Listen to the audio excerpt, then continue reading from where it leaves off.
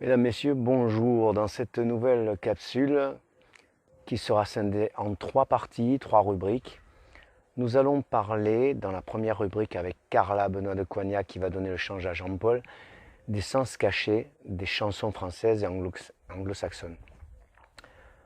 Vous savez bien, surtout sur cette chaîne, que le monde est mystique, donc tout est crypté, donc les chansons également. Certaines chansons sont vraiment cryptées et en deuxième lecture, il s'agit de toute autre chose. Et donc vous allez évidemment vous en rendre compte avec les explications de Jean-Paul.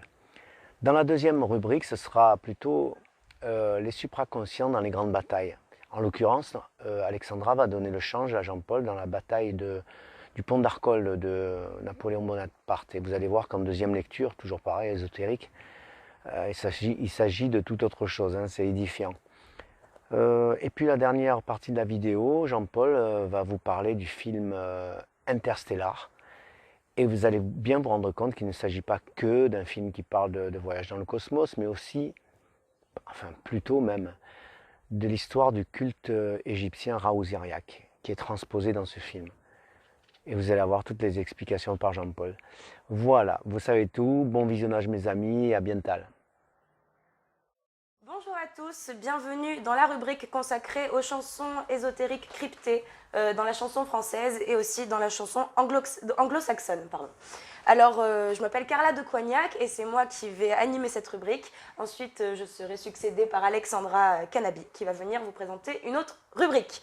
Alors, bonjour Jean-Paul. Bonjour Carla. Bienvenue. Bienvenue à toi. Jean-Paul, pourquoi cette rubrique déjà?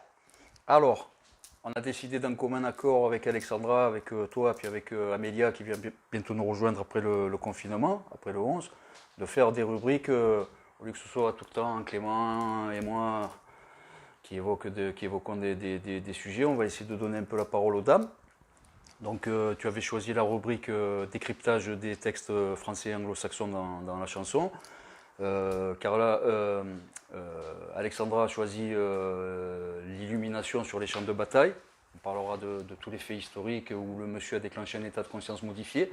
Et Amélia nous parlera de l'histoire des chamanesses et des dames qu'on appelait pendant des siècles des sorcières, mais qui n'étaient pas des sorcières dans le sens maléfique, qui étaient plus des dames qui avaient accès à des recettes ancestrales de médecine ou des petits gris-gris ancestraux, et qu'on a brûlés parce qu'elles pratiquaient elles faisaient des pratiques un peu païennes qui étaient condamnées par l'Église. Donc on retracera tout cet historique. Donc voilà, alors on commence par Dieu que c'est beau, parce que en France, c'est l'une des chansons les plus cryptées. Donc on va attaquer par l'une des plus cryptées parce qu'il y a un cryptage par phrase carrément. Alors justement, cette chanson, Dieu que c'est beau, pour remettre un petit peu dans le contexte, c'est une chanson française sortie en 1984, tirée de l'album Balavoine au Palais des Sports. Un album dans lequel on peut retrouver d'autres titres comme Mon fils, ma bataille, Vivre ou survivre, ou encore Je ne suis pas un héros. Alors, Dieu que c'est beau, c'est le fruit d'un homme, Daniel Balavoine, un grand homme, un auteur, compositeur, interprète, mais aussi musicien français, né en 1952 et mort en 1986, donc 2 ans après la sortie de Dieu que c'est beau, dans un tragique accident d'hélicoptère. Alors Daniel Balavoine, il va connaître ses premiers succès dans les années 1978-79 grâce à sa chanson Le Chanteur ou encore au rôle qu'il a eu dans la comédie musicale Starmania de Michel Berger, le rôle de Johnny Roquefort. C'est ça. Donc Michel Berger notamment qui deviendra un grand ami de Daniel Balavoine par la suite. Alors cet homme, c'est un homme aussi engagé politiquement, révolté, dénonciateur. On se rappelle notamment de lui sur le plateau TV de journal Antenne 2 face à François Mitterrand en 1980, où il est venu pour défendre la parole des jeunes, la parole de la jeunesse. Il n'a pas eu peur, il a parlé avec ses tripes. D'ailleurs, c'est un homme entier et ça, tout le monde l'a toujours remarqué. Il a dénoncé donc le fait que les jeunes étaient représentés par des personnes plutôt âgées, qui en fait n'avaient pas du tout la bonne vision, du moins pas la même, donc qui ne pouvaient pas représenter la jeunesse. Donc il s'est révolté. Le ministre de la Jeunesse était Jean-Pierre Soisson, qui était en cours de fossilisation, c'était une momie. Voilà.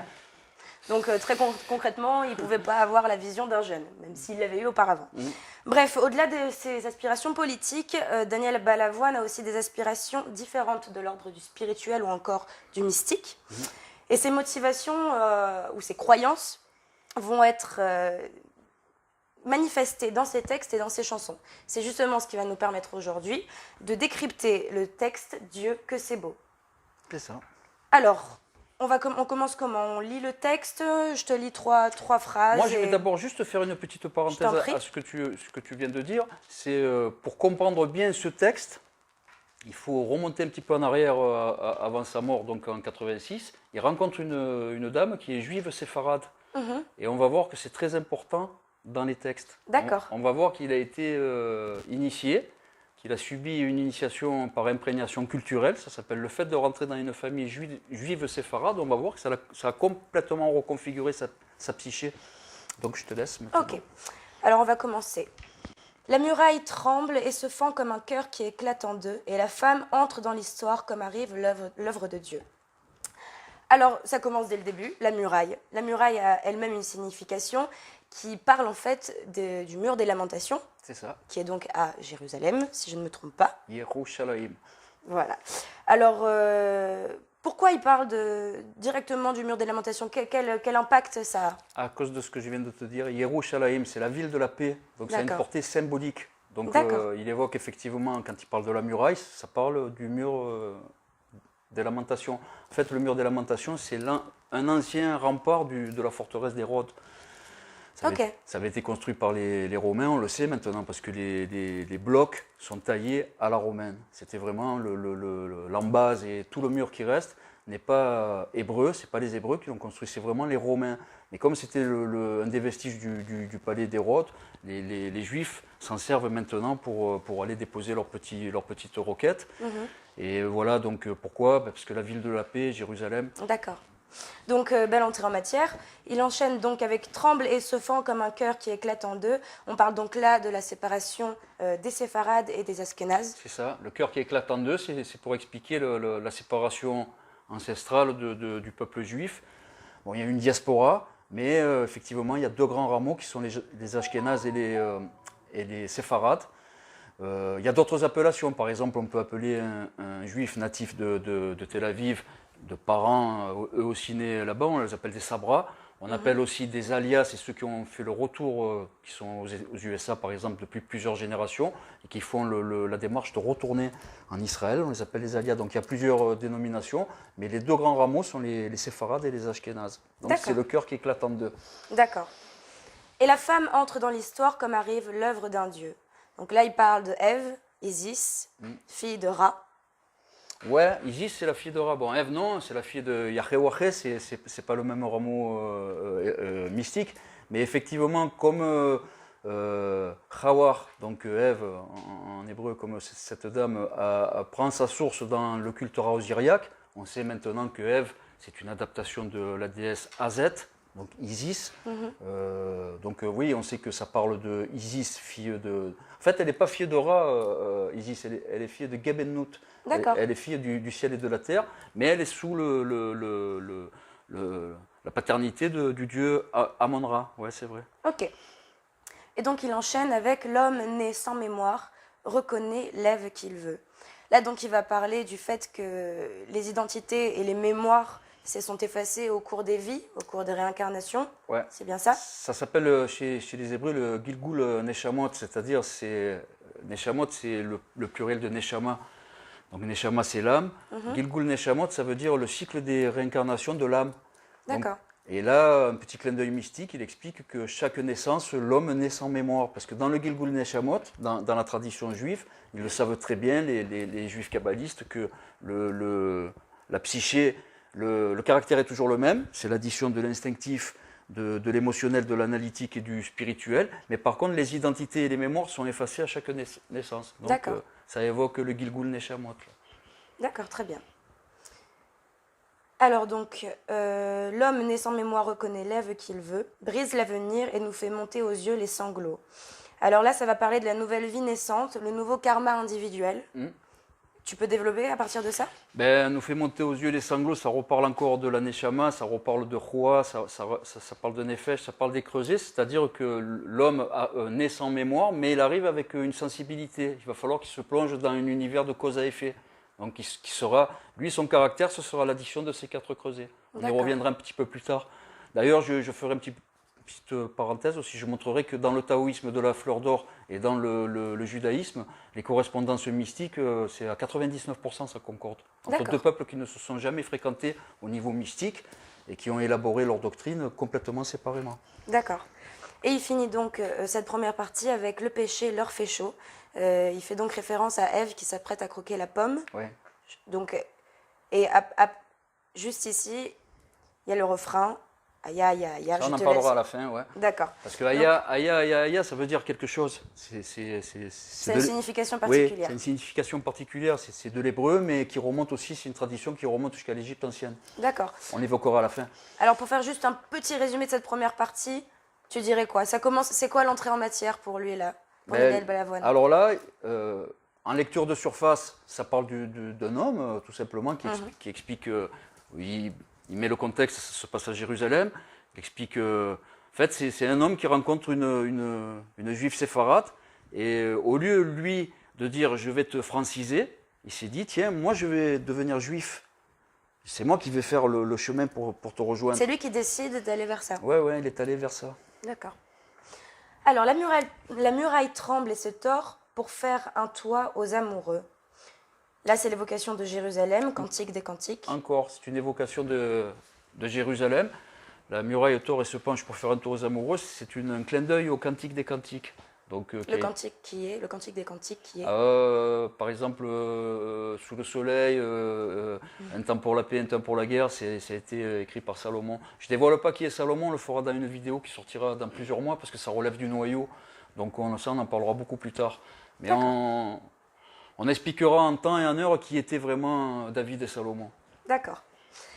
Et la femme au ventre arrondi se remplit d'un nouveau feu. Il parle alors de la mère Kaba, Ouais. qui arrive après la fécondation injectée par le Hak. C'est ça? Alors oui. Alors en fait, on parle d'Ein Sof, là. On parle d'Ein Sof Ahor. C'est-à-dire, il explique que au moment où le ventre commence à gonfler, donc le bébé, qui a la conception que le bébé commence à grandir, ça veut dire que le véhicule céleste, la Merkaba, a injecté l'étincelle de vie, l'Ein Sof. Alors ça, cette tradition, elle remonte aussi à l'Égypte ancienne.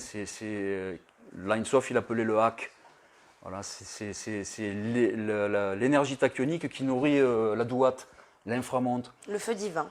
Ouais, on peut l'appeler le feu divin ou l'étincelle divine. Donc c'est encore un clin d'œil à la tradition juive. Alors l'homme sur l'avenir met ses mains et fait un vœu. C'est une bénédiction juive, c'est un rappel la position des mains en avant, c'est ça? Les rabbins bénissent comme ça. D'accord. Ils ne font pas le signe de croix, ce n'est pas des chrétiens, c'est une apposition, mettre les mains en avant. L'homme sur l'avenir met ses mains et fait un vœu, d'accord. Alors Ève doit souffrir pour faire naître sous nos yeux le héros qui sort sous les bravos. Alors là, on peut penser que c'est l'arrivée d'Horus, fils d'Isis. C'est une évocation d'Horus, effectivement. D'accord. Et c'est de l'amour, et le fruit du péché est très beau. Ça y est, la pomme a été croquée. Oui, donc pomme. Ève a croqué la pomme. Ève a croqué la pomme, donc on sait qu'il arrive un enfant. Et là, carrément, on n'est plus dans la tradition hébraïque. Là, on va passer vraiment à la mystique profonde égyptienne. Et je vais expliquer pourquoi. Donc là, oui, effectivement, on ne parle pas ni d'Abel ni Caïn, on parle de Horus. C'est-à-dire là, Balavoine, dans les phrases qui vont arriver après, remonte vraiment à la tradition mystique, ésotérique égyptienne. C'est-à-dire, je précise, je fais une parenthèse, les hautes autorités religieuses rabbiniques à Tel Aviv, à Jérusalem, quoi, en Israël, savent qu'ils ont une ascendance égyptienne. Le peuple n'est pas au courant de certaines choses parce que ce ne sont pas des exégètes, ils ne se penchent pas sur l'étude mystique et puis ils n'en ont un peu rien à foutre. C'est pas parce que le gars est juif qu'il est pratiquant. Moi j'ai énormément d'amis juifs, séfarades essentiellement. Ils ne pratiquent pas du tout. Et ils me posent à moi, c'est le monde à l'envers, ils me posent à moi des questions sur leur propre religion. Mais il faut savoir que les hautes autorités rabbiniques savent qu'ils ont une ascendance égyptienne. D'accord. Ce n'est pas un secret pour eux. Et alors pourquoi Horus? Là, qu'est-ce qu'il nous dit que c'est Horus? Ève doit souffrir pour faire naître sous nos yeux le héros qui sort sous les bravos. Pourquoi Horus? Qu'est-ce qu'il nous dit que c'est lui? C'est dans les phrases suivantes qu'on le comprend. Oui, je m'en doute. Ouais. Ok, alors c'est de l'amour, ça y est, la pomme a été croquée. L'enfant crie, tue le serpent, l'ordre est nouveau. C'est donc par rapport à ce serpent qu'on comprend que c'est Horus. Voilà, là on comprend que c'est Horus parce que c'est le serpent Apophis, c'est-à-dire la barque solaire du dieu Ra, qui englobe ces trois facettes, Atum, Amon et Aton, donc l'indifférencié, le visible et l'invisible. On peut même dire le visible, on peut même dire le solaire, parce qu'Aton est solaire. Là on parle vraiment de la tradition égyptienne, parce que qui tue le serpent primordial du mal, Apophis, c'est soit Horus, soit Seth. C'est-à-dire ils alternent quand la barque, le Sahu d'Amon-Ra, quand il fait ses pérégrinations dans la Douat, à l'avant du bateau, donc du Sahu, la barque céleste, soit il y a Horus, soit il y a Seth. Alors Seth, on se dit, c'est bizarre, le Seth qui représente le mal sur terre, qui représente dans le panthéon égyptien, Seth c'est le dieu du mal. On se dit c'est bizarre, pourquoi Horus, un dieu solaire, alterne sa place à la proue du navire pour combattre Apophis, donc le serpent primordial du mal. Ben, c'est que, en fait, c'est pour expliquer dans le culte osiriaque que les deux polarités sont nécessaires. Donc là, quand on parle sur cette phrase, l'enfant crie, tue le serpent, l'ordre est nouveau. L'ordre est nouveau, c'est le nouvel ordre mondial. Comme on parle de Jérusalem, c'est en capitale mondiale, c'est Yerushalayim. On parle bien de ça. Et on parle de Horus, là, qui tue Apophis.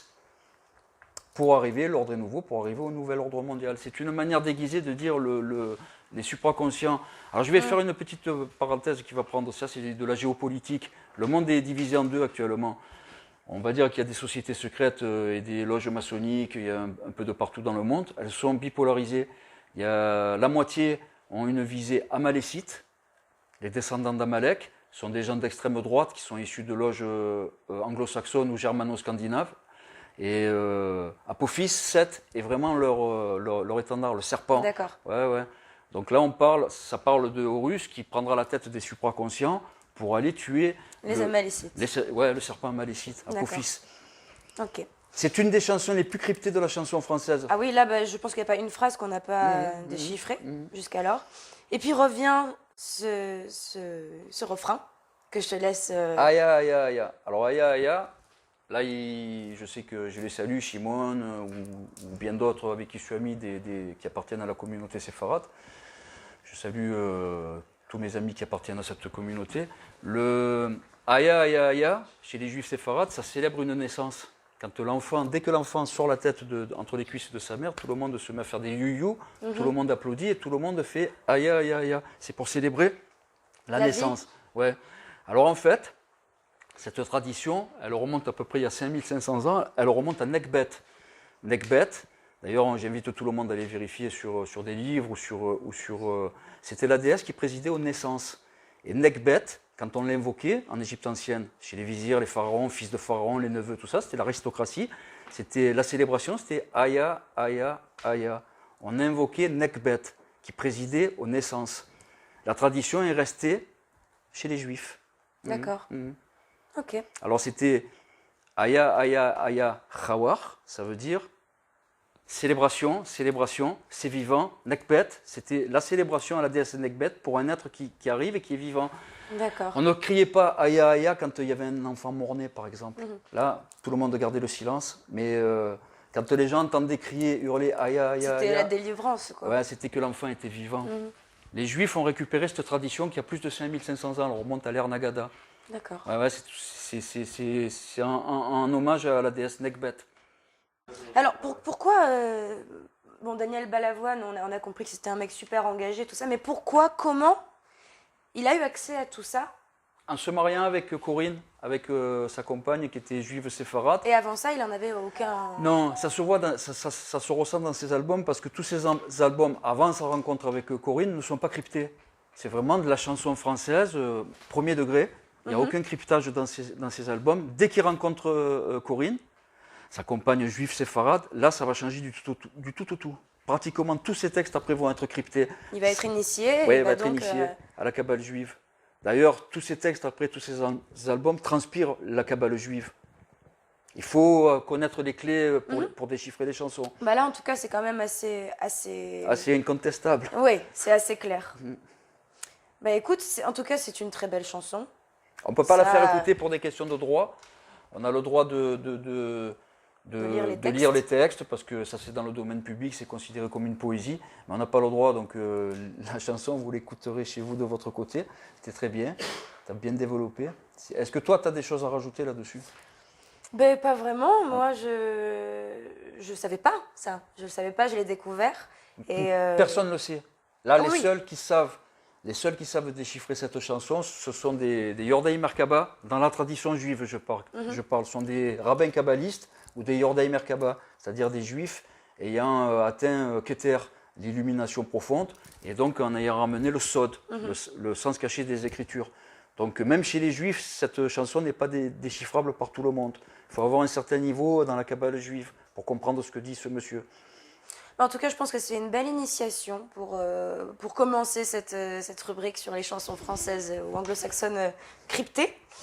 Donc, ben, merci pour... De rien. pour On ton- annonce la prochaine chanson qui sera décryptée, c'est Umbrella de Très bien. Rihanna. Ah, là, on va être assez étonnés, je pense. Ouais. On va avoir des surprises. Sauf ceux qui sont amis avec moi sur Facebook, parce que Oui. je l'ai déjà, T'as déjà un peu développé. Je l'ai déjà développé. D'accord, bah, merci beaucoup. Merci Je Carla. vais laisser la place à Alexandra Mhm. pour une nouvelle rubrique. Mhm. À très bientôt. À très bientôt Carla, c'était magnifique. Merci.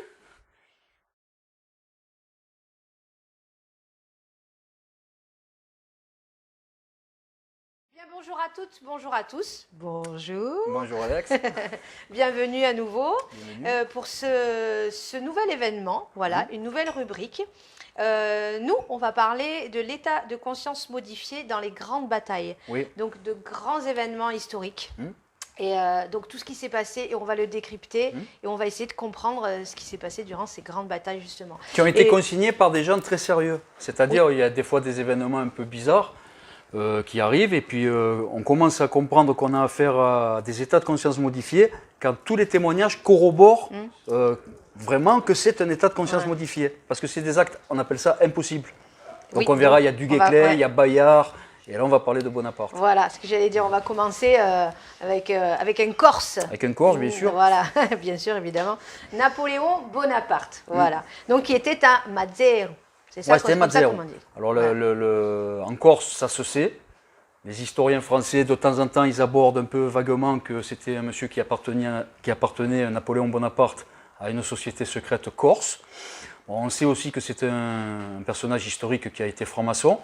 Tous ces maréchaux d'Empire, Ney, Marat, tous étaient francs-maçons. Lui, il a toujours démenti d'être un franc-maçon, mais un franc-maçon ne dit jamais qu'il est franc-maçon. Donc on le sait qu'il était franc-maçon. On le sait aussi qu'avant d'être franc-maçon, d'être recruté en tant que Rose-Croix, il avait été Mazzero. Mazzero Cacciatore, c'est-à-dire un massier chasseur-tueur. D'ailleurs, sa vie, c'est l'expression vraiment de son statut de massier. Hein. D'accord. Ah ouais, c'est un massier, quand on le tue pas, il a mis l'Europe à la feu à sang. Il faut le tuer pour l'arrêter. Pour l'arrêter. Ah ouais, un Mazzero, il faut le De tuer toute pour façon, on l'arrêter. avait fait une vidéo là-dessus, on Oui. en avait parlé. Hein, donc, c'était la 47e, je crois. Ouais, on avait un peu frôlé le sujet. Le sujet, Mm. ouais. Et donc, ben là, ce dont on va parler, c'est l'illustration parfaite du Kensho. Donc, le Oui. Kensho, on sait que c'est l'éveil analytique, c'est ça? Chez les Japonais, Chez les Japonais. alors en France, il n'y a pas trop de termes. C'est-à-dire, en France, on va parler d'éveil furtif, d'éveil partiel, d'éveil profond. Mais les Japonais ont des noms. C'est-à-dire, l'éveil instinctif, ils vont l'appeler Mushin. L'éveil émotionnel, ils vont l'appeler Fudoshin. L'éveil analytique, ils vont l'appeler Kensho. Et l'éveil spirituel, ils vont l'appeler Satori. Donc, on monte de creuset en creuset. Donc là, concernant ce fait historique au pont d'Arcole, on va parler du Kensho, de l'éveil analytique. Et donc, du Sidi qui en découle. Oui. Voilà. C'est un CD, c'est une faculté supranormale. D'accord. Alors, quelqu'un à qui ça arrive sur un champ de bataille qui n'est pas au courant des états de conscience modifiés et de ce que ça peut rapporter en termes de faculté supranormale, les gens vont dire il a eu de la chance, alors que des gens initiés savent exactement, selon le fait historique qui est raconté, savent que le monsieur est passé en état de conscience modifié. Parce que sinon, c'est impossible à faire. L'ego combat, l'ego, il y a une faculté encodée, c'est la préservation de sa propre entité organique. On ne se met pas en danger inutilement. Mais quand 20, 30, 40, 50, 100 témoignages corroborent un truc impossible à faire, on dit oui, là, le monsieur, Ouais, ça s'est passé. ça s'est passé, il a eu un Kensho. Et donc, dans cette rubrique, on va évoquer donc la cloche d'or. Ça, c'est, Des bouddhistes, alors la c'est cloche ça d'or bouddhiste, alors chez les taoïstes, cette faculté supranormale de faire un acte héroïque pendant une bataille, donc ça s'appelle la chemise de fer chez les taoïstes, et chez les bouddhistes, ça s'appelle la cloche d'or. Voilà, c'est ce que j'allais dire, donc tu m'as C'est demandé. ça paraît, pour les gens qui vivent l'événement, ça paraît surnaturel. Bah oui. Ouais. Bah oui, parce que quand on va savoir ce qui s'est passé, Ouais, c'est vrai que c'est un on truc va de fou. comprendre comment ça s'est Ouais. déroulé. Ben justement, on va décrypter, on va comprendre ce qui s'est passé. Donc il y a eu cette bataille qui s'est déroulée sur 3 jours, Ouais, le 15, 16 et 17 novembre. oui. Donc entre l'armée française et l'armée autrichienne. Donc l'armée française, c'était la bataille de la dernière chance. Ils se retrouvaient, ils avaient, je sais pas, il y avait 19 000 hommes, c'est ça? 19 000 hommes. Voilà. Et l'armée autrichienne, il y en avait 24 000. Mais eux qui étaient, c'était des... Alors, c'est une question de position. Voilà. L'armée, moi je vais synthétiser en 5 minutes. avaient pris position Ils dans arrivent le à la village. ville d'Arcole. Voilà. À Arcole, il y a un pont. Sur certaines illustrations, on montre un pont pas très large. En fait, le pont d'Arcole, c'était un passage où il passait vraiment des grosses charrettes. C'était un pont assez important quand même. Donc il était en Italie, le pont d'Arcole. En Italie, à Arcole. Et les Français, à 19 000, donc avec un effectif moindre par rapport aux Autrichiens, doivent prendre stratégiquement la ville d'Arcole. Donc ils doivent franchir le pont. Seulement, les Autrichiens les ont précédés. Ils ont installé des fortifications. Ils ont mis les meilleurs tireurs d'élite dans les premières lignes d'infanterie. Ils ont mis vraiment des soldats très aguerris et ils attendent de pied ferme les Français. Donc là, les Français subissent un point de fixation. C'est-à-dire quand l'infanterie et la cavalerie arrivent devant le pont, ils se font mitrailler, sont obligés de rentrer dans tous les petits trous qu'ils trouvent.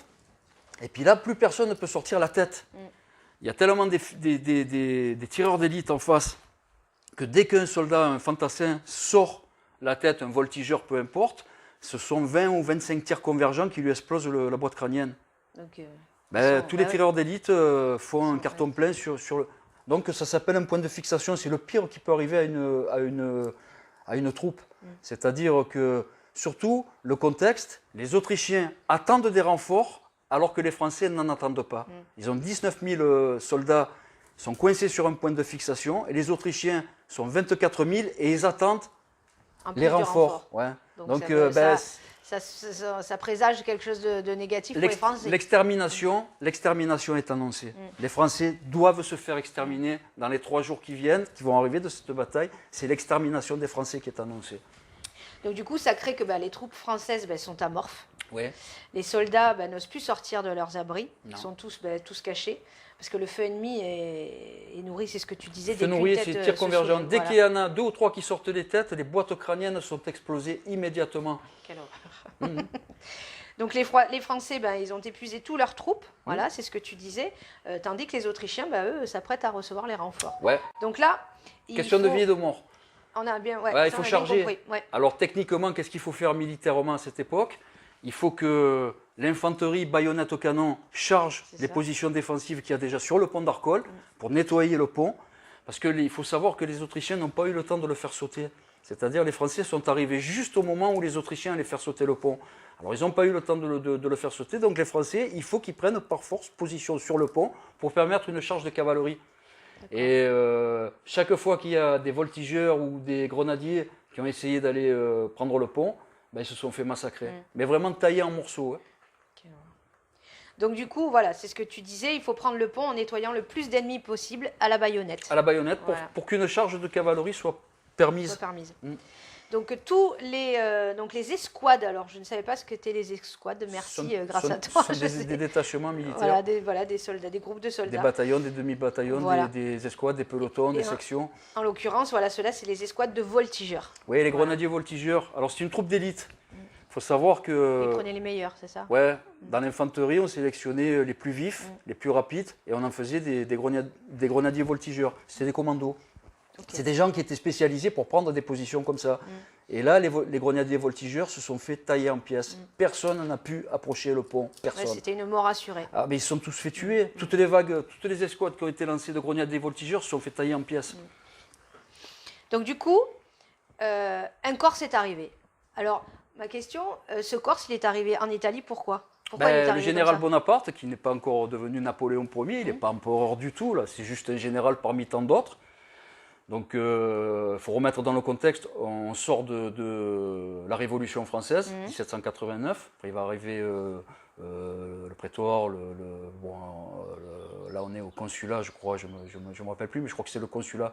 Donc on sort de la Révolution française et la France est fragile à ses frontières. Parce que comme on vient de vivre une révolution, il y a tout le monde qui se dit tiens, on va aller attaquer les Français, on tire sur l'ambulance. D'accord. Puisque la France est affaiblie, on va aller lui régler son compte.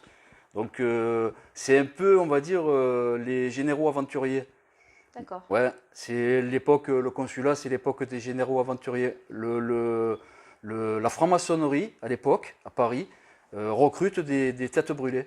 Pour les mettre, donc Murat, Ney, Bonaparte, recrute des têtes brûlées. Il faut vraiment tenir les frontières. On n'a pas besoin là, de militaires qui ont fait des stratégies. On a besoin de têtes brûlées. Donc arrivent les généraux, les têtes brûlées. D'accord. Donc lui, il arrive et il commence à être irrité très fortement de la situation et il va faire beaucoup parler de lui. Ouais. Voilà. Alors là, Bonaparte, il arrive. Il comprend quand il se met un peu sur les hauteurs d'Arcole, il est derrière les lignes défensives françaises et puis il se dit on va se faire tuer là. Là on est cuit. Les renforts vont arriver, vont nous prendre en tenaille, on est cuit. Et puis là il fait quelque chose de bizarre. Et là justement, il arrive à cheval, donc tel. Alors ça a été décrit par, je sais pas, tout le régiment. C'est-à-dire. Ce qui corrobore les faits. Ouais, ça a été relaté parce que les fantassins, les grenadiers, les grognards à l'époque, qui ne sont pas encore des grognards, ont commencé à écrire à leur famille après ce fait historique. Donc il y a des centaines de lettres. D'accord. Il y a après les comptes rendus militaires des autres généraux qui étaient présents. Donc ce qui est arrivé là, c'est réel. C'est réel. Donc il arrive avec son cheval, il descend de sa monture et il y va avec son drapeau. Non, il n'a pas de drapeau. Alors, il a une épée. Justement, le drapeau, pendant les vagues d'attaque des grenadiers voltigeurs, le drapeau est tombé sur le pôle, il est au sol. Et c'est un grave affront pour l'infanterie française, pour l'armée française, c'est un affront terrible. Alors c'est pas encore le drapeau tricolore bleu, blanc, rouge, c'est le drapeau carré, on appelle ça, c'est un drapeau, il y a un grand carré blanc, et il y a bleu, blanc, rouge, bleu, blanc, rouge. C'est bleu et bleu, rouge et rouge, en quinconce comme ça. C'était le premier drapeau que les révolutionnaires avaient choisi, il n'y avait pas encore les bandes, donc sur certains tableaux, c'est mal exprimé. On voit certains tableaux qui relatent la bataille du pont d'Arcole où on voit Bonaparte brandissant un drapeau tricolore bleu, blanc, rouge en bande alors qu'il n'était pas comme ça à l'époque. C'était un carré blanc entouré par des triangles bleus et rouges. Ça, c'était le vrai drapeau de la bataille d'Arcole. D'accord. Donc il arrive, à la hauteur du drapeau, puisqu'il l'a pas. Lui, déjà, ce qui l'irrite, c'est que le drapeau est affalé par terre. Et il commence à crier sur les grenadiers voltigeurs, sur les fantassins, il dit « Pourquoi vous n'êtes pas allés ramasser le drapeau? C'est une honte !» Et là, personne ne veut sortir des fortifications. Il n'y en a pas un seul qui a dit on va aller ramasser le drapeau. C'est une mort rassurée. Alors là, il descend de cheval, il tire au sabre au clair, ça veut dire il sort son sabre. C'est ça. Et à pied, même pas à cheval, hein, à pied. À pied, il a lancé la charge. Donc il s'est dit dans sa tête, si moi j'y vais, je vais montrer à mes soldats, si moi j'y vais, ils vont enchaîner. Donc il s'est avancé sur le pont, il soulève le drapeau, là tous les tirs convergent sur lui. C'est-à-dire, là, il y a toute la ligne défensive autrichienne qui lui tire au-dessus. C'est-à-dire, là, il se prend un demi-millier de tirs convergents sur lui. Pas une seule balle latin. Mais là, les aides de camp, les ordonnances, les sous-officiers ont peur pour le général Bonaparte. Ils y vont. Ils ne sonnent pas une charge. Ce n'est pas une charge qui est sonnée. C'était le seul qui est allé charger tout seul avec son sabre au clair. C'est des gens qui viennent l'empêcher de mourir. Donc là, il y a une première vague d'une quinzaine d'hommes qui va à la rencontre de Bonaparte. Ils se font presque tous tuer parce que les tirs nourris continuent. À l'époque, ça tire et puis il y a d'autres fantassins qui viennent, qui tirent. On recharge encore par la gueule les canons à l'époque. Mais c'est tellement bien rodé, les techniques militaires à l'époque, que le tir le tir, c'est en continu. Hein, c'est-à-dire, c'était une grêle de plomb qui s'abattait sur le pont d'Arcole.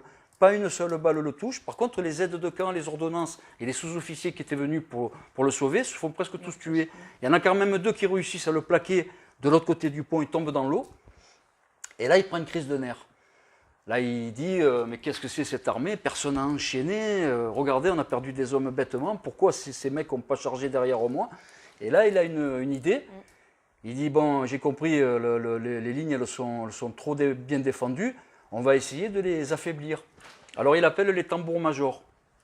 C'est-à-dire les tambours-majors, ce sont les jeunes de 12, 13, 14 ans qui se mettent en face d'une armée, qui font des roulements. Alors il appelle les petits tambours-majors, il dit vous allez contourner les positions autrichiennes et vous allez faire des roulements d'une armée française en marche de guerre. Qu'est-ce qu'ils ont fait les Autrichiens quand ils ont cru qu'ils étaient pris à revers, qu'il y avait des renforts français qui arrivaient. Ils ont dédoublé les effectifs. Donc toutes les lignes défensives ont été dédoublées. Là, Napoléon Bonaparte soulève une deuxième fois le drapeau. Il donne la charge et ça fonctionne. D'ailleurs, la situation s'est renversée. Ce sont les Autrichiens qui se sont fait massacrer parce que là, ils se sont retrouvés dans une nasse. Comme les grenadiers voltigeurs et l'infanterie ont chargé, ont nettoyé le pont. La cavalerie est rentrée à tombeau ouvert dans Arcole. Ils ont massacré tous les Autrichiens. Ouais. D'une situation périlleuse, c'est devenu une grande victoire française. Donc voilà. Donc ils font. Justement, suite à tout ça, on se demande qu'est-ce qui s'est passé dans la tête de cet homme-là. Voilà. Alors, qu'est-ce qui s'est passé dans sa tête ce jour-là? C'est ça. Et en fait, rien. Ben rien, ça s'appelle la vacuité. Parce que quand on a demandé à Bonaparte, les généraux lui ont dit c'est magnifique ce que tu as fait, mais tu as mis ta vie en danger, tu as failli te faire tuer. Mais qu'est-ce que tu avais dans la tête à ce moment-là? Et lui, il a répondu rien. Rien parce que si on laisse le monologue intérieur de sa propre conscience s'exprimer, la fonction de survie va dire n'y va pas, tu vas te faire tuer, regarde tous les morts qu'il y a tout autour du pont, regarde, tu vas te faire tuer. Donc qu'est-ce qu'il a fait? Le vide. Alors les Japonais appellent ça le kensho, c'est-à-dire il a vécu une illumination partielle. Alors lui il le savait parce qu'il était Mazeru, il a utilisé une technique de Mazeru, c'est la vacuité. Les gens ne le savaient pas, ils ont pris ça pour de l'inconscience.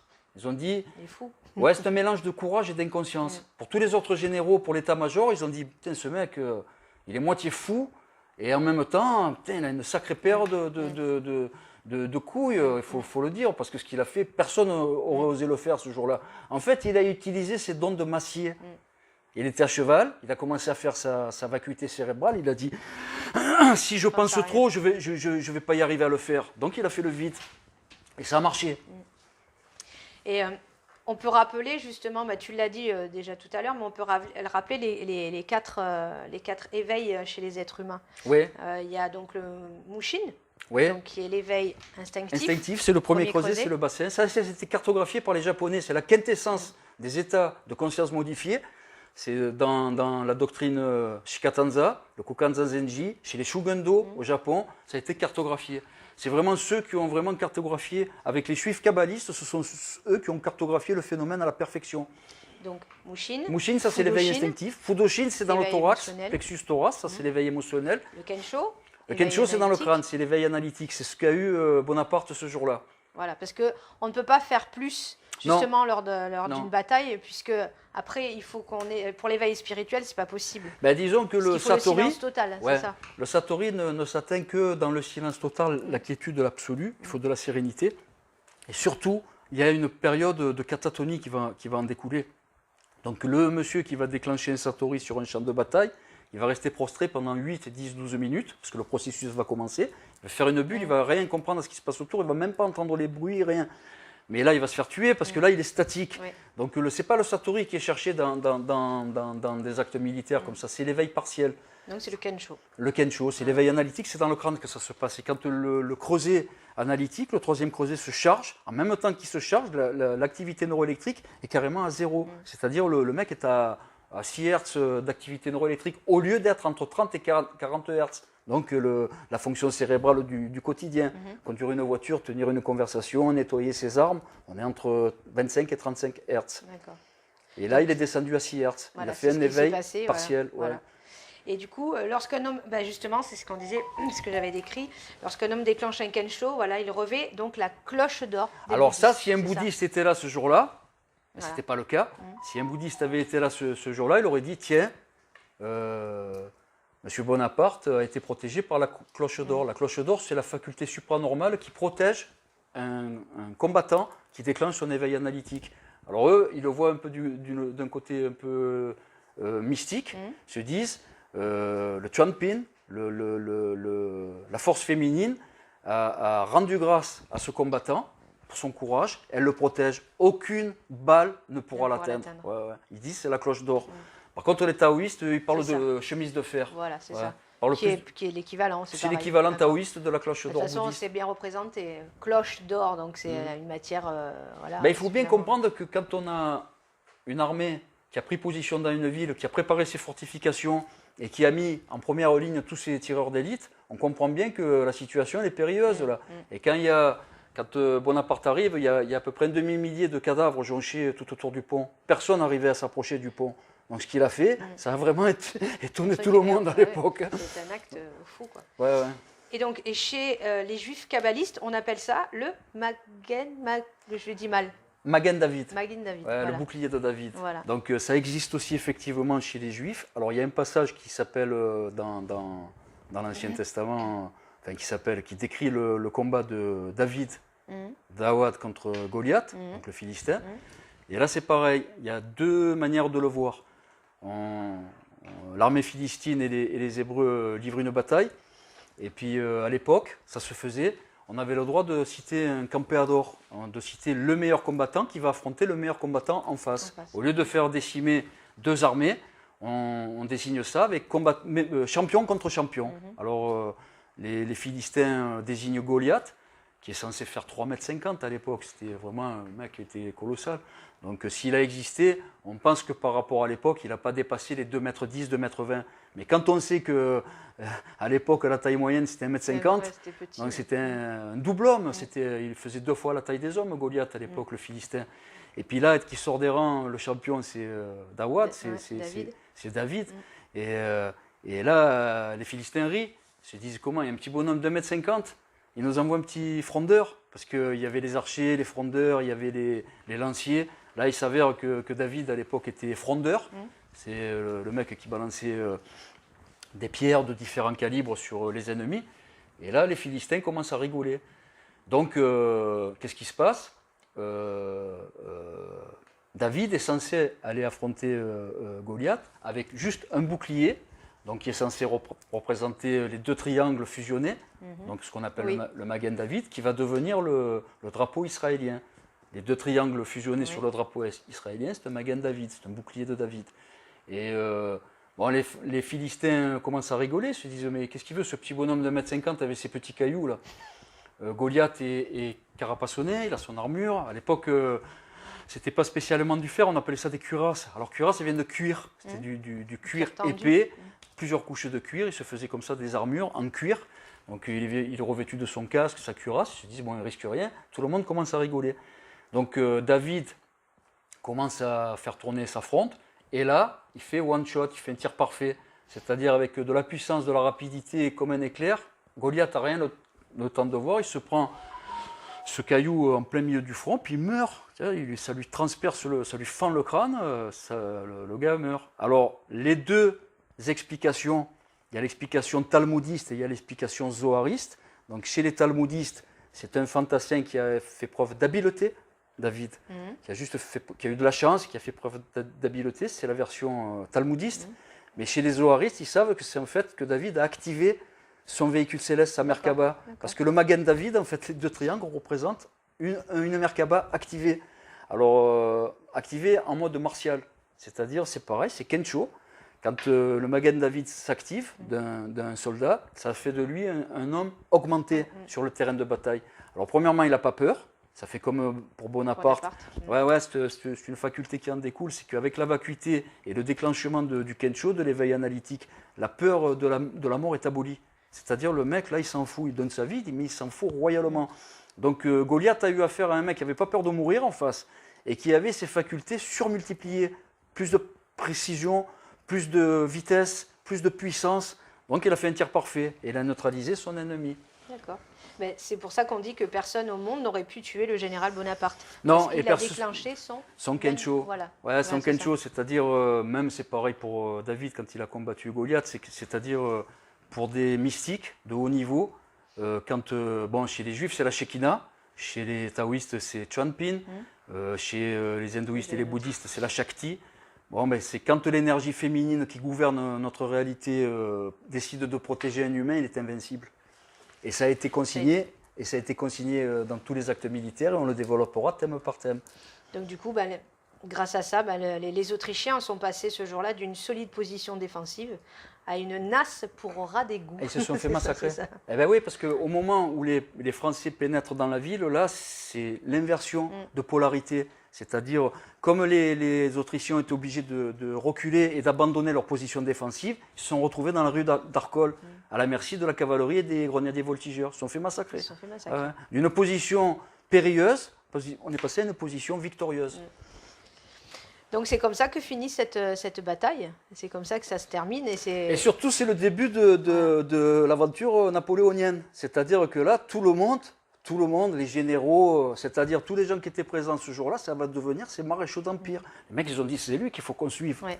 Et donc il a tout le temps son armée qui le suit. Qui le suivra jusqu'à Waterloo, là, maintenant. Voilà, c'est-à-dire là, jusqu'à Waterloo, les fantassins qui étaient présents ce jour-là vont devenir ces grognards, sa garde personnelle, et les généraux vont devenir ces maréchaux d'Empire.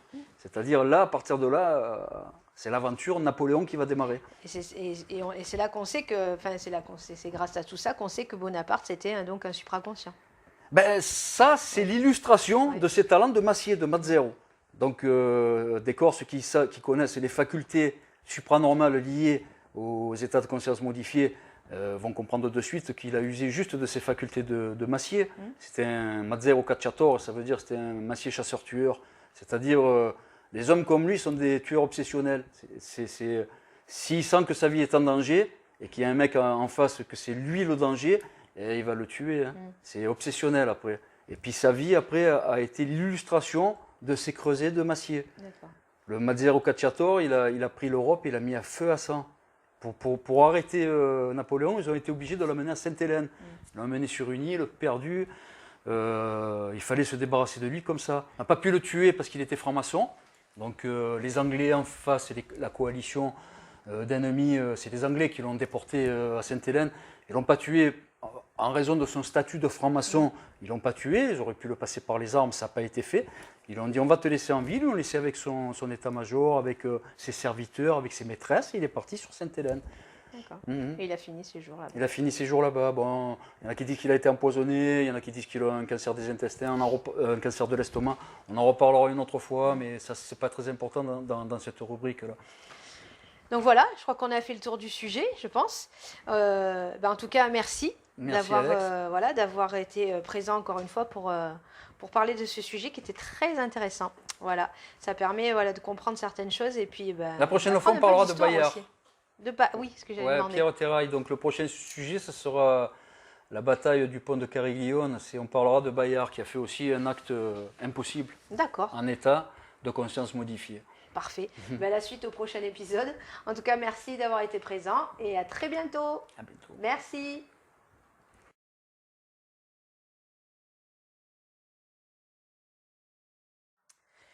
Eh bien, on a fait décryptage de chansons françaises, décryptage donc grand chant de bataille avec Napoléon. Et maintenant, on va décrypter un film. Je te laisse. Alors, on est passé par les messages mystiques cryptés dans la chanson française. On y reviendra avec d'autres chansons anglo-saxonnes. La semaine prochaine, on fera Rihanna avec Umbrella. Et on a fait les états de conscience modifiés dans les grandes batailles. Et là, on va passer à Hollywood. Faut savoir que Hollywood est dans les mains de sociétés secrètes, donc de supraconscients de très haut niveau. Donc pratiquement, on va dire, un film sur deux est crypté. Certains films ne le sont pas, parce que c'est des films à petit budget et puis que ça n'a pas été commandé par le producteur. Donc ça ne veut pas dire que tous les films qui sortent aux USA sont cryptés, mais on va dire que les grosses productions sont cryptées. Ouais, ça fait à peu près une production sur deux qui est cryptée. Là, on va parler du film Interstellar, qui retrace l'épopée d'astronautes partis pour sauver la planète qui est en train de vivre. Dans le film, la planète est en train de vivre une catastrophe malthusienne. C'est-à-dire qu'il y a une explosion démographique, il y a de plus en plus d'habitants, et en même temps, il y a de moins en moins de ressources. Donc le film débute, Interstellar, dans le contexte de cette catastrophe malthusienne. Donc il n'y a plus assez de viande ni de céréales. En plus, avec l'augmentation de la température, on voit que les champs sont de plus en plus stériles. On n'arrive plus à planter. Le maïs, le blé ne pousse plus. Donc c'est vrai que c'est la catastrophe malthusienne, c'est ce qu'on est en train de vivre. Hein. Ah, d'accord. Ouais. Les gens ne le savent pas, mais quand l'année débute, au 1er janvier, on considère déjà qu'au mois de mai, on a bouffé toutes les ressources de la planète. Ouais. Ah bon? On est en retard d'une guerre. C'est-à-dire, au fur et à mesure, ça s'aggrave. C'est-à-dire, là, on estime qu'on a, au mois d'avril, mai, juin, on a commencé à bouffer toutes nos ressources à dater du 1er janvier. Et on sait que d'année en année, ça va être pire. C'est-à-dire qu'il va arriver un moment donné où... Il n'y aura plus grand-chose. Non, parce que les terrains arables sont de plus en plus construits. D'autre part, la terre elle est en train de s'abîmer. On a beau mettre du phosphate, du phosphore, des engrais chimiques, etc. Ça ne change pas grand-chose. On a de plus en plus de problèmes à ce niveau-là. Et puis, on est de plus en plus... La catastrophe, elle est démographique parce que c'est exponentiel. Il y a de plus en plus de bouches à nourrir, mais la terre ne produit de moins en moins de denrées. Alors, la catastrophe malthusienne, elle va s'appliquer à tous les domaines de la société. Ça va être pour l'énergie, c'est-à-dire le pétrole, il ne va plus en avoir d'ici quelques temps. On a calculé qu'entre 40 et 80 ans, on va épuiser toutes nos ressources en gaz de pétrole liquéfié, en pétrole brut. Après, c'est pareil, la viande, les céréales, il n'y a plus assez pour nourrir la planète. Donc le film Interstellar démarre dans ce contexte. C'est censé se passer dans un futur assez proche et en pleine catastrophe malthusienne. Donc, alors en première lecture, c'est un film de science-fiction, c'est plaisant.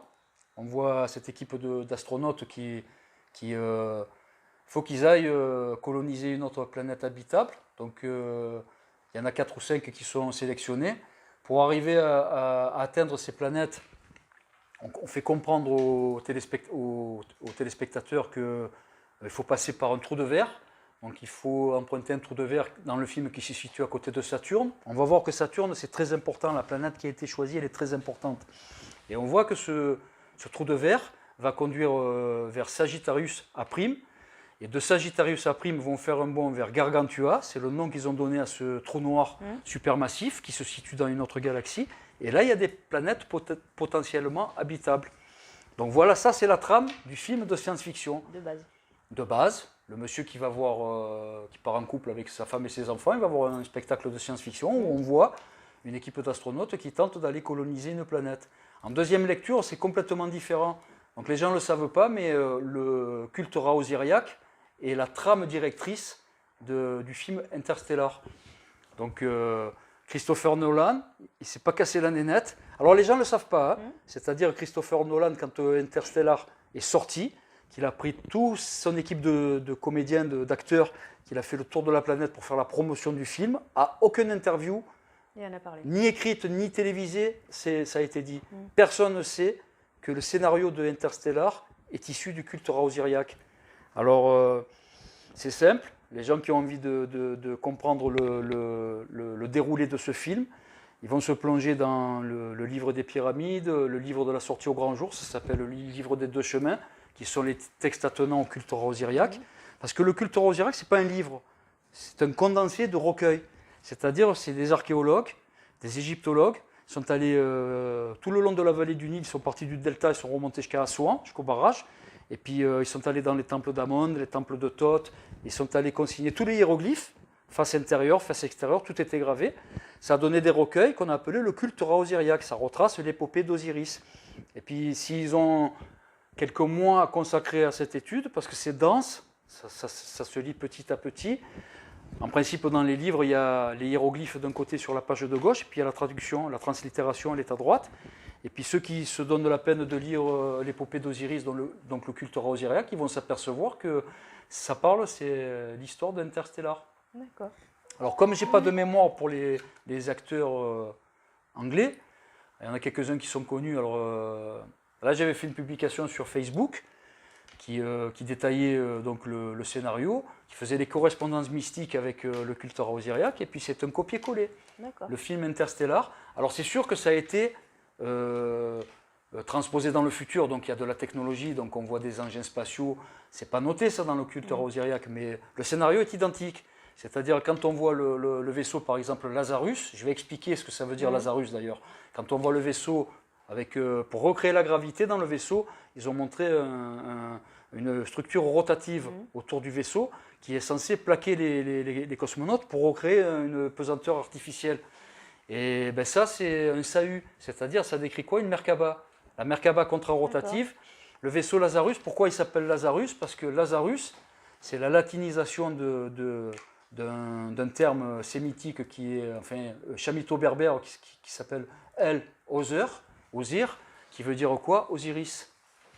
Lazarus, c'est-à-dire Saint Lazare dans les évangiles, c'est Osiris. C'est un clin d'œil mystique à la divinité égyptienne, Osiris. Alors je vais expliquer vite fait. Dans le passage dans les évangiles, le Christ, qui est censé être, après la résurrection, le premier des ressuscités. D'ailleurs, le surnom de Jésus-Christ dans les évangiles, l'un des surnoms, c'est le premier, on l'appelle le premier des ressuscités, notamment dans l'Apocalypse de Saint Jean. Ben, c'est faux. Il suffit de lire sérieusement les évangiles, on s'aperçoit que ce n'est pas le premier des ressuscités, le Christ, c'est Lazare.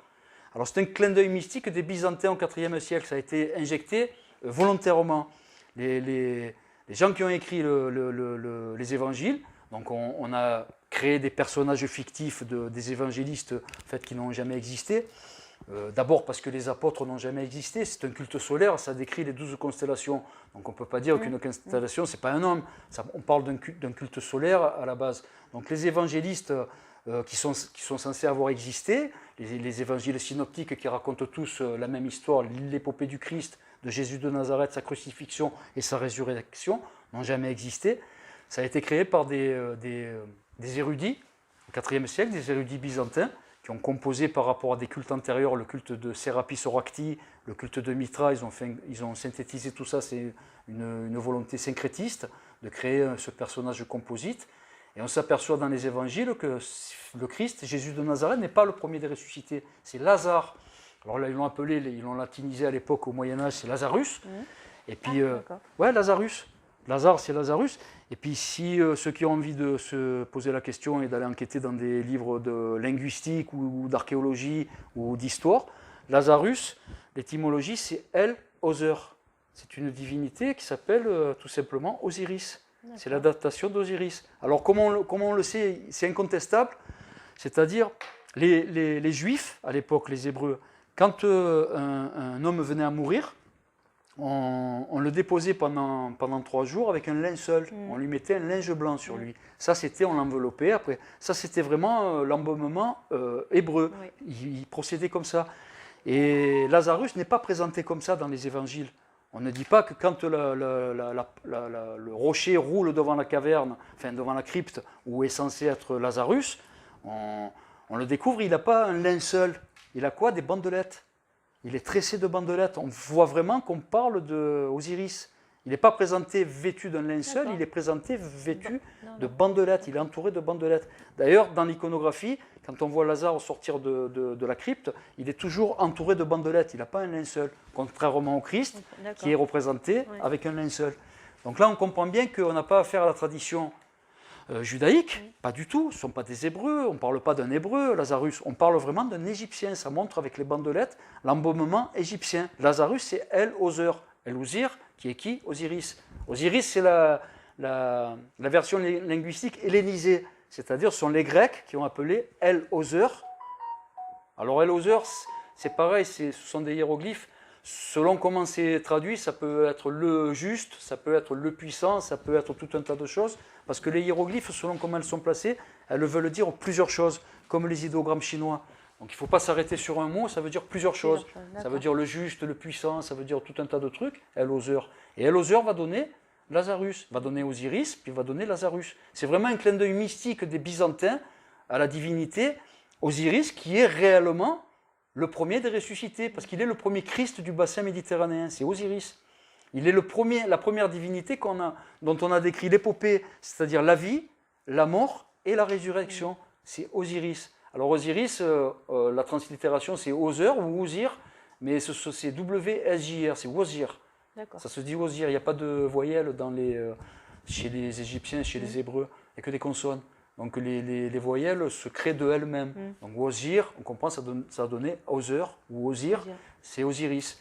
Donc ce vaisseau qu'ils ont appelé délibérément, Christopher Nolan, qui appelle délibérément le vaisseau Lazarus, qui est censé conduire les astronautes vers Gargantua, ce trou noir supermassif. C'est une volonté cryptée de dire, voilà, nous allons parler du culte osiriaque et je vais vous expliquer. Alors j'ai pris des notes parce que les acteurs anglais, je ne les connais pas tous. Alors ceux qui veulent aller vérifier, alors par exemple, dans le film Interstellar, Isis, c'est Anna Tawai. C'est l'actrice qui joue le rôle de Amelia Brandt. Ça, c'est Anna Tawai, c'est Isis. Osiris, c'est l'astronaute Joseph Cooper, donc Matthew McConaughey. Je ne sais pas bien le prononcer en anglais, je ne suis pas terrible. Le Seth, donc le combat que va livrer Osiris contre Seth, contre son frère jumeau, c'est Matt Damon. Matt jeune, c'est Murphy Cooper, c'est Mackenzie Foy. Matt adulte, Murphy Cooper adulte, c'est Jessica Chastain. Todd, c'est Doyle, c'est Wes Bentley, l'acteur Wes Bentley. Anubis, c'est l'acteur black David Jazzy, qui s'appelle Romilly dans le film, etc. etc. Le vaisseau Lazarus, donc c'est le Sahut d'Orion, c'est le véhicule céleste de Osiris. Donc on voit quand on... Alors aussi, il y a quelque chose, on voit que quand les astronautes empruntent le trou de verre, il l'appelle le trou de verre dans le film, on comprend qu'ils prennent le canal pranique. Et comment Christopher Nolan a voulu modéliser le canal pranique comme du hack, vraiment comme le voient les supraconscients de haut niveau, et comme le voyaient à l'époque les Shemsuor. Parce qu'en fait, le culte Ra-Osiriaque est bâti sur une doctrine qui a été fondée à l'ère Nagada, donc il y a 5500-6000 ans, par une caste de moines guerriers qu'on a parlé, on a fait une vidéo avec Clément il y a quelques mois, il y a 2 mois à peu près, qui évoque les Shemsuor, ça veut dire les suivants d'Horus. C'est vraiment cette caste de moines guerriers qui a fondé ce culte. Le culte, l'épopée d'Osiris est issu de cette caste de moines guerriers, les Shemsu. Donc on voit que tout a été respecté. Le hack, à travers la substance, là je l'avais marqué sur ma publication Facebook, le hack est représenté à travers la substance iridescente et polymorphe du trou de verre emprunté par les cosmonautes. C'est le canal pranique, tout simplement. Alors, Christopher Nolan, quand il a voulu décrire le phénomène supraconscient, attenant au culte Ra-Osiriaque et à la doctrine des Shemsuor, il a vraiment décrit trait pour trait comme il est décrit dans le culte Ra-Osiriaque.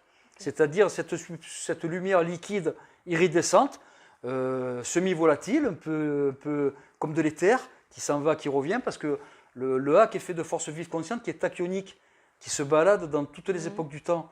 Elle crée une étincelle d'un quantum de tachyon. Au moment où elle a déclenché son étincelle pendant 1 milliardième de seconde, elle est déjà partie dans le futur et dans le passé. C'est-à-dire c'est une trame cosmique qui est figée. C'est pour ça d'ailleurs que le karma collectif est prédéterminé. C'est-à-dire la force vive consciente construit le futur, alors qu'on est en train de vivre notre présent. Elle construit le futur, mais elle soutient encore l'armature du passé. Sinon, ça ne marche pas. Ce que les gens ne comprennent pas. Tiens, d'ailleurs, je fais une parenthèse, il y a un monsieur qui est venu m'apostropher sur Facebook et qui a essayé de me démontrer par A plus B des théories un peu fumeuses. Ce qu'il ne comprend pas, c'est que nous ne vivons pas dans un plan euclidien. Le monsieur me parle des hexagones, ça marche comme ça. Le monsieur se trompe parce qu'il a l'air de voir l'univers comme on le voyait il y a plusieurs siècles en arrière, il y a même plusieurs millénaires. Il voit en fait l'univers comme un grec ancien, avec un plan euclidien comme ça. On vit dans un plan hypercubique. Le cosmos, c'est un tesseract. L'univers se contient lui-même, c'est un hypercube spatial. Donc il faut avoir la mentalité hypercubique pour comprendre l'univers. Il faut être en état de conscience modifié pour comprendre. Et le réalisateur Christopher Nolan s'est vraiment mis dans la peau d'un supraconscient. Je ne dis pas qu'il l'est. Non, c'est juste un initié. Mais ça se voit qu'il y avait des supraconscients de haut niveau qui ont participé à l'élaboration du film. Parce que Christopher Nolan ne pouvait pas connaître la texture du hack. Il y a eu des consultants supraconscients de haut niveau qui lui ont dit voilà comment l'équipe des effets spéciaux doit modéliser le canal pranique. Ils l'ont fait à la perfection. C'est-à-dire, moi qui ai vu le film 2 ou 3 fois, j'ai compris que le trou de verre qui mène à Gargantua, au trou noir supermassif, c'est le canal pranique. Quand Anna Tawai essaye de toucher cette substance, c'est du hack. Elle le montre vraiment. Alors le hack, chez les Égyptiens anciens, c'est la fusion parfaite des 2 polarités, du bas et du ka. Le bas est positif, il gouverne les 2 premiers creusets, donc l'analytique et le spirituel.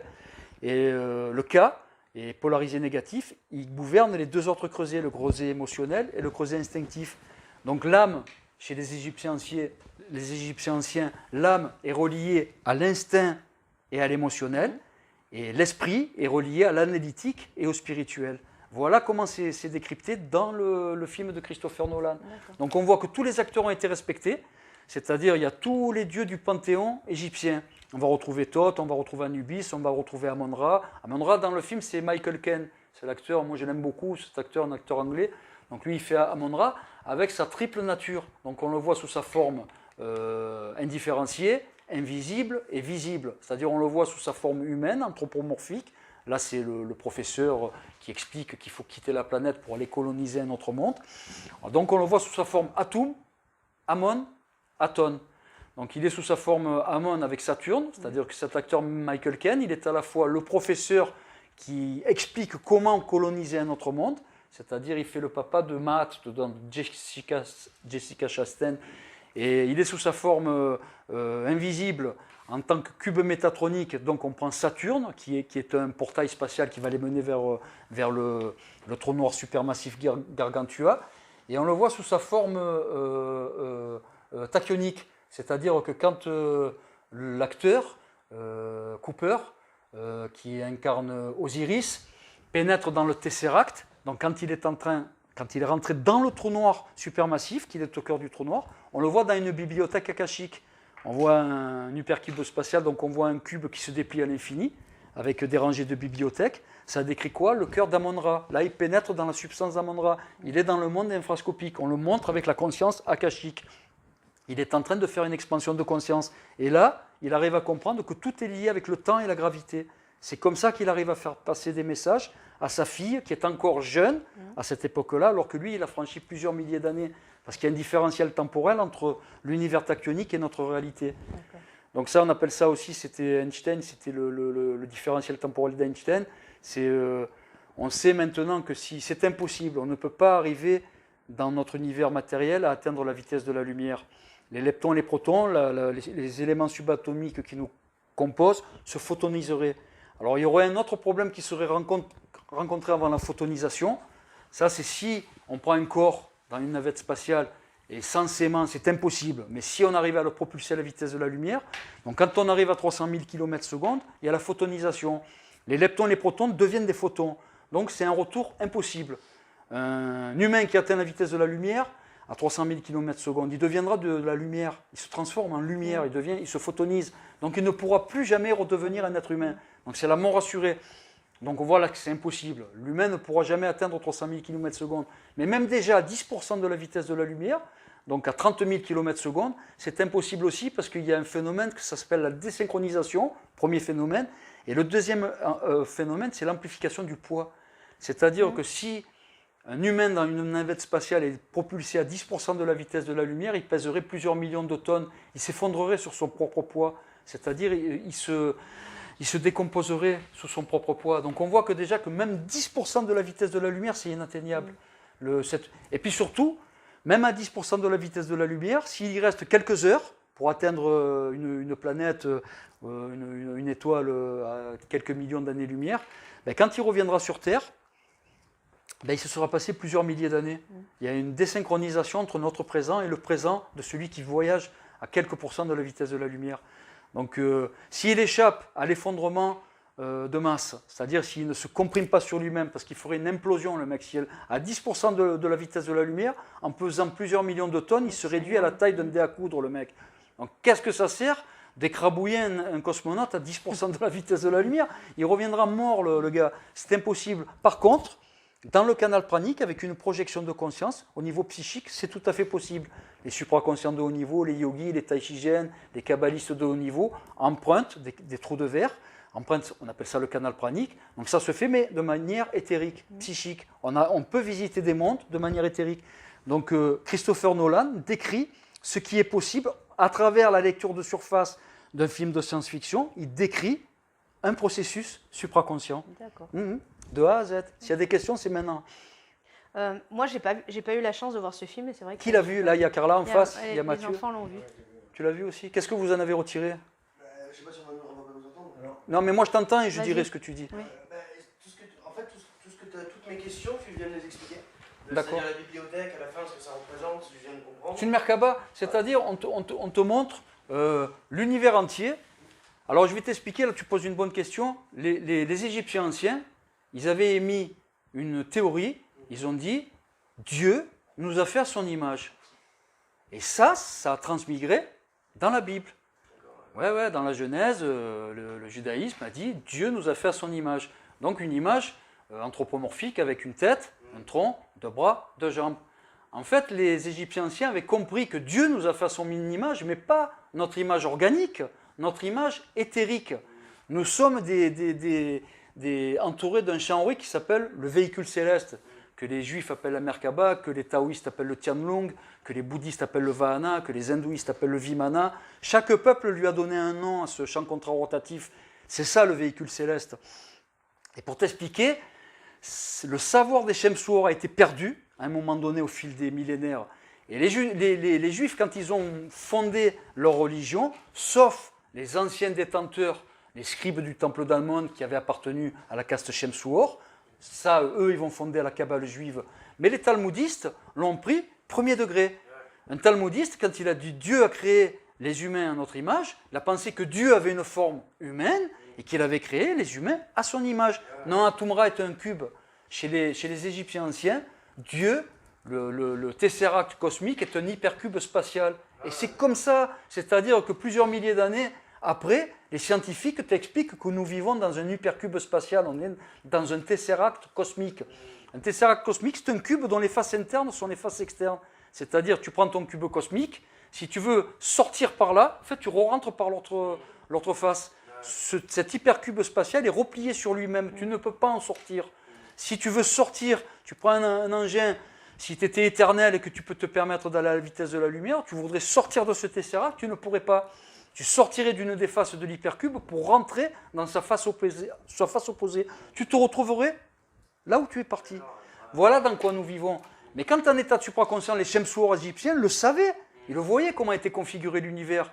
Parce qu'à ta première stase mystique, la force vive consciente, le Hak, le Yuan-Ki, te fait voir l'univers de l'infiniment grand à l'infiniment petit. Tu le vois comment ça marche. Et comme ils ont compris, ils ont dit, mais mince, mais en fait, Atum, parce que le Tesseract, il appelait Atumra, l'indifférencié, ils se sont dit, mais mince, cette structure cosmique, elle est identique à notre propre véhicule céleste. Dieu nous a bien fait à son image, mais à l'image éthérique, pas à l'image organique. Parce qu'après, les véhicules célestes construisent des entités organiques avec ceux qu'ils trouvent sur la planète concernée. Ils se servent des éléments, ils construisent des acides aminés, de l'ARN, de l'ADN, ils font de l'organique, et là, ça part dans tous les sens. Ça peut être des êtres polytentaculaires, ça peut être des êtres humanoïdes comme nous. Il y a mille et une. Tout le système, tout l'univers est habité, mais il y a mille et une des milliards de configurations possibles organiques. Par contre, les véhicules célestes de tous les êtres à 4 creusets de l'univers sont identiques. Donc quand tu sais que l'univers est un tesseract et que nous-mêmes on est contenus dans des tesseracts, effectivement, Dieu nous a créés à son image. Alors quand Cooper, Osiris dans le film, se retrouve dans le cœur de Gargantua, quand il pénètre dans ce trou noir supermassif, il se retourne dans son centre dans quoi? Dans Antomra, il se retrouve dans une Merkaba. Donc c'est décrit, la bibliothèque akashique, on voit un cube qui se déploie à l'infini dans tous les sens. C'est ça un hypercube spatial. Il se retrouve au milieu, on te le symbolise comme une bibliothèque. Pourquoi? Pour te dire tu as accès à la connaissance akashique. Pendant ce laps de temps où tu es en mode infrascopique, que tu pénètres dans l'univers tachyonique, tu as accès à quoi? À la bibliothèque akashique. Et on voit que là, il arrive à résoudre les problèmes. Là, il comprend que tout est lié à la gravité, au temps. Il sait qu'il peut naviguer dans le passé, le présent, le futur. Il comprend la nature tachyonique de l'émanation de la substance divine. Et là, il arrive à recontacter qui? Jessica Chastain, sa fille, qui a une trentaine d'années, quand il lui fait comprendre ça, elle revient dans la chambre où elle était enfant, et là, elle a contact avec son père. Et là, on s'aperçoit de comment fonctionne le mode tachyonique. On te montre juste un supraconscient avec son véhicule céleste activé en mode infrascopique. Il est dans l'univers tachyonique, donc il a affaire à quoi? Au passé, au présent et au futur, avec une connaissance accrue. Il passe en mode akashique. Et ça te décrit ça. Et là, il arrive à résoudre le problème en morse. Alors en morse, ça te parle du toucher divin. Alors là, il n'y a que les Égyptiens anciens et les hauts grades maçonniques qui peuvent comprendre comment ça marche. L'une des manières de s'exprimer dans notre réalité de la force vive consciente, il y a un différentiel gravitationnel et il y a un différentiel temporel. On appelle ça le morse. Alors les Égyptiens l'appelaient le toucher divin. Un supraconscient de haut niveau, quand il commence à parler avec son véhicule céleste, il va élaborer des conversations qui n'ont rien à voir avec des conversations verbales. Le véhicule céleste va communiquer avec son... Enfin, moi, je vais utiliser les mots qui me concernent. Moi, je suis taoïste. Le Tianlong va s'adresser à son Feng Wang, à son entité organique, de plusieurs manières. C'est son, odeur, visualisation, toucher divin, il y a tout un tas de choses. C'est pas verbal, tu ne vas pas l'entendre parler, ton Tianlong. Il ne sait pas parler notre langue. Mais il a des manières de s'exprimer qui sont beaucoup plus élaborées. C'est-à-dire, toi, si je veux te faire comprendre, je vais te dire, samedi, ce week-end prochain, on va aller à la plage, on va jouer au volley, on va faire ça. Ça va me demander une quantité de mots, ça va prendre du temps. Le Tianlong, il te le fait visuellement. Il va te montrer la plage, tes activités, c'est-à-dire, il vaut mieux un bon croquis qu'un long discours. Ouais. Le Tianlong parle à son Feng Wang d'une autre manière, c'est pas verbal. Il va lui envoyer des sensations. Le Feng Wang va savoir si ce qu'il va faire, 3 jours après, ça va être agréable, désagréable. Il va voir tous les protagonistes. C'est des accès furtifs au futur. Mais il ne va pas lui dire avec des mots. Il ne va pas lui dire, le week-end prochain, tu vas aller avec tes copains jouer au volleyball. Il y en a un qui va faire une hydrocution, mais il ne va pas mourir, ne vous inquiétez pas. Il va te le montrer, te le faire ressentir, te le faire sentir. Et l'une des manifestations, c'est le morse. C'est le toucher divin. Parce que comme le Feng Wang, l'entité organique, comprend au bout d'un moment, quand il le contacte, on appelle ça la syntonisation, la mise en résonance. Quand le Feng Wang se met en mise en résonance avec son Tianlong, avec son véhicule céleste, il comprend très vite qu'il n'y a pas un verbiage. Ça ne passe pas par des mots, ça passe par des images, des sons, des odeurs, des sensations. Et tu commences à élaborer le morse, on appelle ça le toucher divin. C'est-à-dire un bon Feng Wang parle avec son entité organique, l'entité organique parle avec son Tianlong, avec son dragon céleste, par morse. C'est-à-dire, tu t'aperçois au bout d'un moment que de ce côté, c'est négatif, de ce côté, c'est positif, et que par impulsion, il peut te dire oui, non, va là, fais attention. Il peut même te contracter les épaules et te tirer en arrière. Alors tu te dis comment il fait ça ? Puisqu'il est intangible, il ne peut pas te toucher, pourtant tu le ressens. Il contracte tes muscles parce que c'est nourri par de l'électricité à basse tension. Le système neuroélectrique, nous, envoie des impulsions dans les muscles, et c'est ça qui fait bouger nos muscles, qui fait nos mouvements. Alors le moyen de parler d'un Tianlong à son Feng Wang, c'est de lui contracter les muscles à certains endroits. Et tu ne vas pas me croire, au bout de quelques mois, quelques années, le Feng Wang développe un langage comme ça. C'est du morse. Il sait que quand c'est l'avant-bras qui est contracté, ça veut dire telle situation, tel mot. Là, c'est encore autre chose. Là, c'est non. Là, c'est oui. Il va se servir de tout ton corps. On appelle ça, les Égyptiens anciens appelaient ça, c'est un sidi, c'est le toucher divin. Et tu élabores un langage codé morse. C'est retranscrit dans Interstellar. Et ouais, quand il balance le livre par terre. Ouais, puis après, il lui montre qu'il peut coder en morse, oui, non, parce que vous n'avez pas fait attention. Elle le fait détrait avec la poussière, et son père lui parle en codage morse. On montre juste le langage entre un Feng Wang et son Tianlong. Donc on comprend bien, tu verras, parce que là, tu n'as pas fait attention, que c'est basé sur le morse à un moment donné, sur le morse. C'est-à-dire, elle lui dit, elle voit qu'il y a des livres qui tombent, mais qu'est-ce qu'ils font ? Oui, non. C'est-à-dire, coucour, coulon. Elle s'aperçoit visuellement qu'il manque des livres, ça fait un espace court, un espace long. Elle arrive à comprendre, c'est le premier langage que Cooper apprend à Mahat, à Jessica Chastain, à sa fille, c'est le morse quand elle était petite. Et elle comprend, c'est-à-dire que son père endosse le rôle de son Tianlong.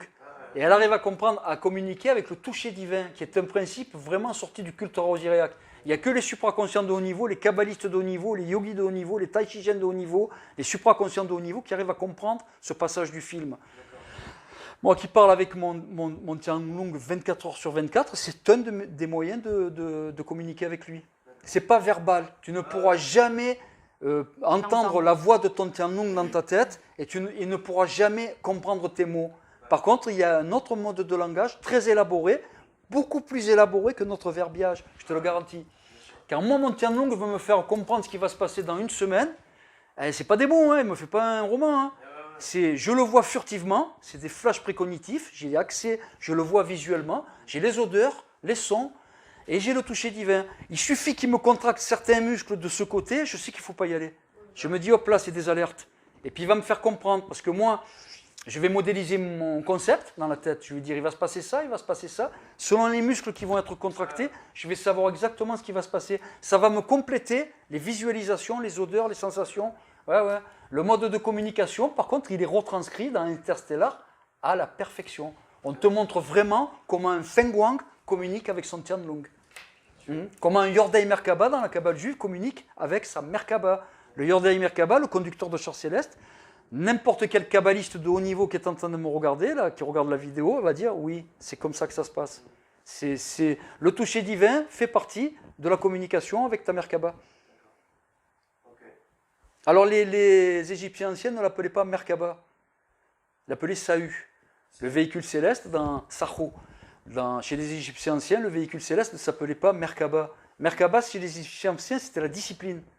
Merkaba, ça voulait dire mer, qui veut dire la pyramide. Tu peux regarder les hiéroglyphes, mer, M-E-R.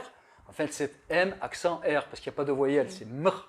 Le mer, c'est une hiéroglyphe qui dessine les pyramides. D'ailleurs, la hiéroglyphe montre une pyramide avec le mastaba. Il y a un rectangle dessous, il y a le mastaba et le mer dessus la pyramide. K, on va le détailler, Merkaba. Merkaba sont 3 hiéroglyphes. Mer, la pyramide. K, l'âme.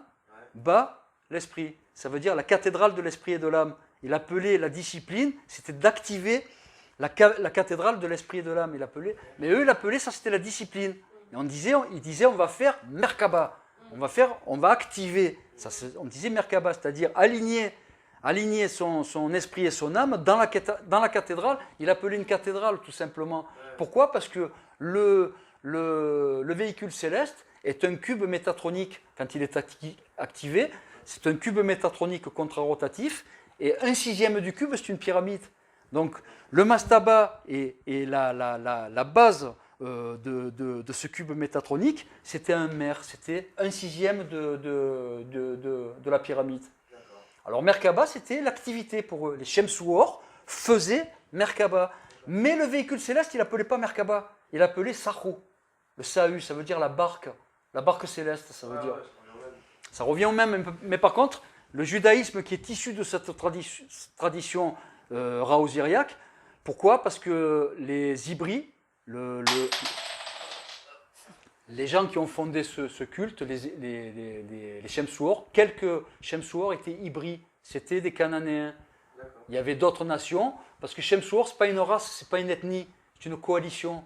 C'est une coalition du meilleur des meilleurs. C'est un commando d'élite où il y avait des Assyriens, il y avait des Indo-Européens, il y avait des Asianiques, pas asiatiques, des Asianiques, des gens qui venaient de Sumer, on appelle ça des Suméro-Acadéens. Il y avait des Égyptiens coptes, bien entendu. C'est une coalition où il y avait le meilleur des meilleurs. Pour rentrer dans cette caste de moines guerriers, pour être Shemsuor, il y avait des épreuves physiques, il y avait des épreuves cérébrales, il y avait des épreuves martiales. Il fallait être philosophe, il fallait être docteur, parce que c'est des gens qui maîtrisaient la pharmacopée, la médecine. C'était un corps d'élite. Hein. C'était l'équivalent du commando Hubert maintenant. On a 80 soldats qui appartiennent à un corps d'élite en France, qui sont les commandos Hubert, les bérets verts français. Ben, tu ne vas pas me croire, mais ces 80 soldats sont à la fois médecins, ingénieurs, plongeurs des mineurs. Ils savent piloter des avions, ils savent piloter des hélicoptères. Ce sont des gens multifonctions. Eh ben, c'est l'équivalent. C'est-à-dire un Shemsuor, c'est l'équivalent d'un commando Hubert actuel. C'est un ingénieur, c'est un mec qui a fait Bac plus 5, Bac plus 6, Bac plus 7, mais qui en plus est un commando d'élite. Ben, quand tu as affaire à un soldat aguerri en face de toi, mais qu'en plus le mec il est Bac plus 7, fais-toi du souci, je te le dis. Hein. Fais-toi du souci. Interstellar, Christopher Nolan, qui n'est pas un supraconscient, mais qui est un initié de très haut niveau.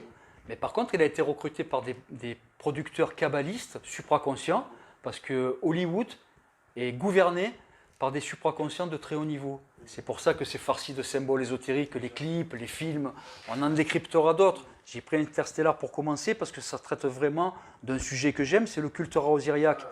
Donc moi, le film, moi je ne m'en étais pas occupé, c'est-à-dire un soir, je fais comme tout le monde, je le loue, je l'ai payé 9,90 € sur ma box, je le regarde, putain, au bout de 25 minutes, je me suis dit, hop là, ça parle de quoi ça?